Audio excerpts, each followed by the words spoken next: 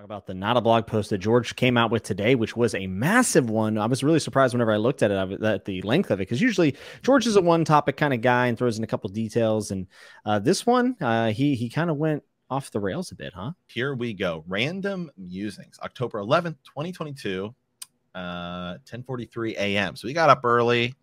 Boom, knocked out this post.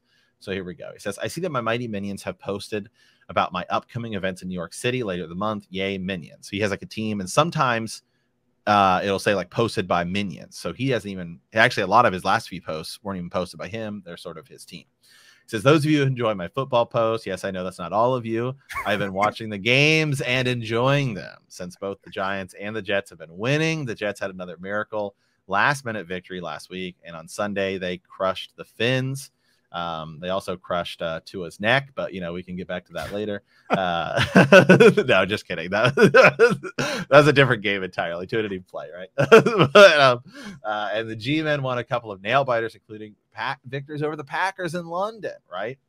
It was shocking to me, it was as shocking to me as it must have been to Aaron Rodgers. So he goes on to say, I almost forgot how good it feels to win. So life is magical and full of joy right now at any rate. Okay, here we go. House of the Dragon has helped brighten my Sundays as well. I mean, I cannot really review the show. That would be crazy. I'm hardly objective, but I do want to commend Ryan and Miguel and the cast and crew for the work they've done. Sunday's episode, Lord of the Tides, was everything I hoped it should be. Kudos to Aline Shim, the scriptwriter, and Geeta Patel, the director, to our incredible cast, and particularly to Paddy Considine for his portrayal of King Viserys, the first of his name. The character he created for the show is so much more powerful and tragic and fully fleshed than my own version in Fire and Blood that I'm half tempted to go back, rip up those chapters, and rewrite the whole history of his reign. Paddy deserves an Emmy for this episode alone. If he doesn't get one, there's no justice. Meanwhile, I'm going to give Archmaester Gildane a smack for leaving out so much good stuff. That's good stuff. He says, no, I'm not really going to rewrite it. Of course, I'm joking. I was about to say, George, yeah. What are you doing? So he goes on, and then he goes on to talk a little about, just some of the other things he's been watching and into. He says there's a website called The Wrap that has a couple of cool interviews with Brian, including one where he spoke about our supposed rivalry with Rings of Power, which mostly exists in the media. I mean, it can't be a rivalry when one's way better than the other, right? I was going to say, who's been perpetuating that? I mean, again, I'm a Steelers fan. You're a Browns fan. I don't know why you guys call it a rivalry. Yeah, you got to win. You gotta win every now and then to make it a rivalry. Ryan says pretty much the same thing that I said in the interview a few months back. Nothing would please us more to have all of these shows be great and exist, in their own right. The Witcher, Shadow and Bone, Wheel of Time, The Sandman, a glorious adaptation of Neil Gaiman's groundbreaking comic series. Those are a good start, but I want more. I want Tad Williams, Joe Abercrombie, Patrick Rothfuss. I want a good adaptation of Lee Gunn's Earthsea books. Le Guin. See, this is why we get Jimmy on here. That's right. I don't even know. I don't know who half these people are and what books they've written, but I want Robin Hobb, but the list is so long I could go on and on and on, right? And most of all, I want Roger Zaney's Nine Princess in Amber. I will never understand why Corwin and his siblings are, not starring in their own show. Yeah, Roger Zelazny's phenomenal author. So he says, a boy can dream, right? So he says, I wanted to address the time jumps in House of the Dragon too. Not with any kind of official statement, but some musings on the subject. There's a lot to be said, and I don't have the time to say it now. Maybe in my next blog or the one after that, or maybe never, since work keeps piling up. Very briefly, however, I think Ryan has handled the jumps very well, and I love the younger Alicent and Rhaenyra and the adult versions of, the actresses who play them. Truth be told, we have an incredible cast, and I love all of them. Do I wish I had more time to explore the relationship between Rhaenyra and Sir Harwin and the marriage of Daemon and Laena and their time in Pentos, the birth of various and sundry children. And yes, Alicent gave Viserys 4 children, 3 sons and a daughter. Their youngest son, Darren, is down in Old Town. We just didn't have time to work him in this season. And everything else we had to skip, sure. But there are only so many minutes an episode, more on HBO than any other network I've ever, worked with.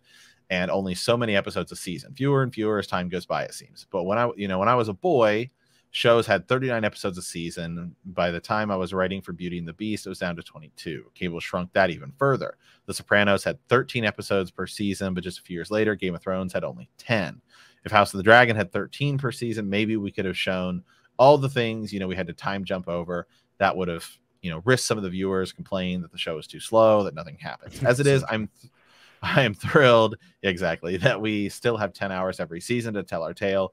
Rings of Power only has 8, and as you have noticed, in my AMC show Dark Winds is only doing 6. I hope that will continue to be true. It is going to take 4 full seasons of 10 episodes each to do justice to the Dance of Dragons from start to finish. Right now, Ryan Condal's focus is on Hot D, which is House of the Dragon, season 2, and mine is on the Winds of Winter. And mine is on the Winds of Winter. And by the way, when George starts putting over all these other fantasy authors that kind of helped pave the way for him and then came after him, it tickles my heart. I love it. It's like my favorite thing, especially mentioning like Gwyn and Robin Hobb, which are two of the most underappreciated writers ever, and are just tremendous. So I love seeing that. But this is a cool post, huh? I mean, I like the fact that he's addressing some of the criticism head on, and he's not drawing that hard line in the sand. And we're on Patreon, so I think I can say this.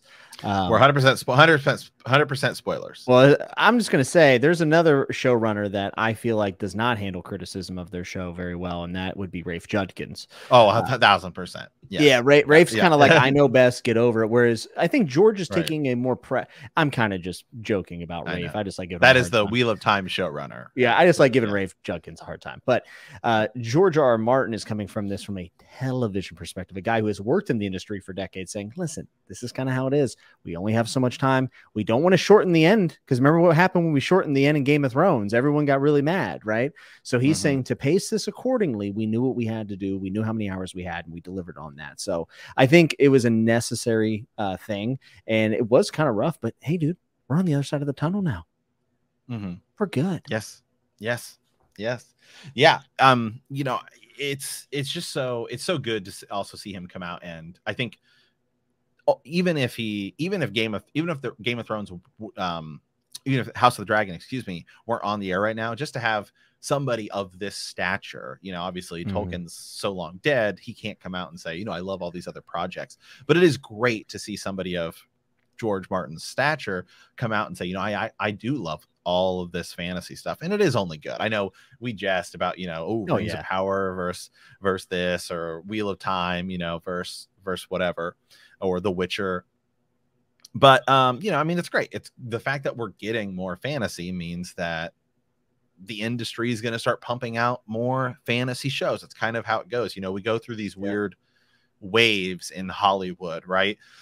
You go back and you look at sort of the early 2000s, and it was like, okay, Lord of the Rings came out, huge, right? I mean, massive. And then like Spider-Man came out, and so then, okay, we started to get a lot of these things coming out. Remember, we got like Transformers, and then the MCU started, and then like, okay, we get more DC stuff, and then now everything's that, and then like, there was like a weird Twilight comes out, then there's like Vampire Diaries, and I don't know, Pure Blood, and all these other things. So it's like how Hollywood works is once some kind of a genre catches on, then they go mining. I mean, exactly. I mean, you just look at when Game of Thrones is on.